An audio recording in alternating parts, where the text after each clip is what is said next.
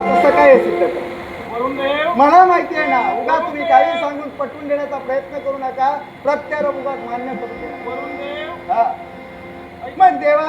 ऐकून घ्या. हा मला सांगा सर वारुणी समुद्र मंथनातून तुमच्याकडे आले. हा समुद्र मंथन कुठल्या मनवंतरात झालं आणि तुम्ही शार्थी इंद्राच्या बरोबरीचे होता.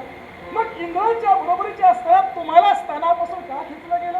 याला जबाबदार तुम्ही आहात. आम्ही आम्ही आहे तुमचा अहंकार. कसा तो तुमचा मग देवा, तुम्ही जर म्हणता अहंकार मला झाला होता जेव्हा इंद्र चंद्र आणि अग्नी या त्रैदेवताच्या श्रेष्ठत्व सिद्ध झालं. देवा, मी माझं कार्य आजपर्यंत प्रामाणिकपणे केलं. मग त्या त्रैदेवतांच्या जेव्हा श्रेष्ठत्व सिद्ध झालं तेव्हा इंद्राने आपल्यापर्यंत श्रेष्ठ केलं, चंद्राने आपल्यापर्यंत श्रेष्ठ, पण जेव्हा अग्नीने श्रेष्ठत्व सिद्ध केलं देवा, तेव्हा अग्नीचा दाह कोणालाही शांत करता आला नाही. तो दाह शांत करून मी माझं श्रेष्ठत्व सिद्ध केलं. मग तुम्ही मला सांगा, एवढं करून सुद्धा तुम्ही इंद्रपद त्याला का दिलं? समस्त देवतांनी अहंकार अहंकार थांबा देवा. अहंकार शब्द मागे का? अहंकार मला वरुण देव शार्थी तुम्ही दैत्यांना सहकार्य करत आहात.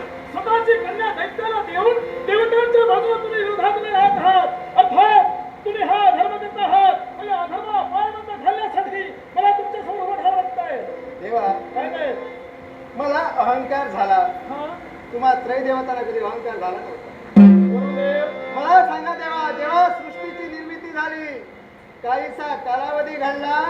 ब्रह्मदेवाला या सृष्टीत मी या पुढे उत्पत्ती करणार नाही या अहंभाव निर्माण झाला.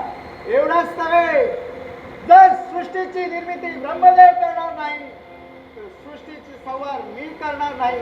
पण मी पालन तरी काय करू असा थाटमाट तुम्हा त्रैदेवता निर्माण झाला. डौलानं डौलानं डोलू लागला आणि चालू लागला. चालता चालता मार्गात तुम्हाला एक व्यक्ती मिळाली. ती व्यक्ती कशी होती? पायाकडे पाय नव्हते, हाताकडे हात नव्हते, मुखाकडे मुख नव्हते, अनेक वेळ दिशा त्याच्या अवस्था होत्या. मला सांगा, तुम्हाला प्रश्न पडला ही निर्माण झालेली व्यक्ती कोण? तेव्हा त्रैदेवता तुम्ही तिथपर्यंत गेला आणि तेव्हा त्याला प्रश्न तुम्ही केला, तू बाबा कोण? तुला निर्माण कोणी केला? तेव्हा त्या व्यक्तीने प्रश्न त्यावेळी त्यानं उत्तर दिलं, काय माहितीये, मला निर्माण करायचे जगदीशानं, निराकार परब्रह्म साकार स्वरूपानं.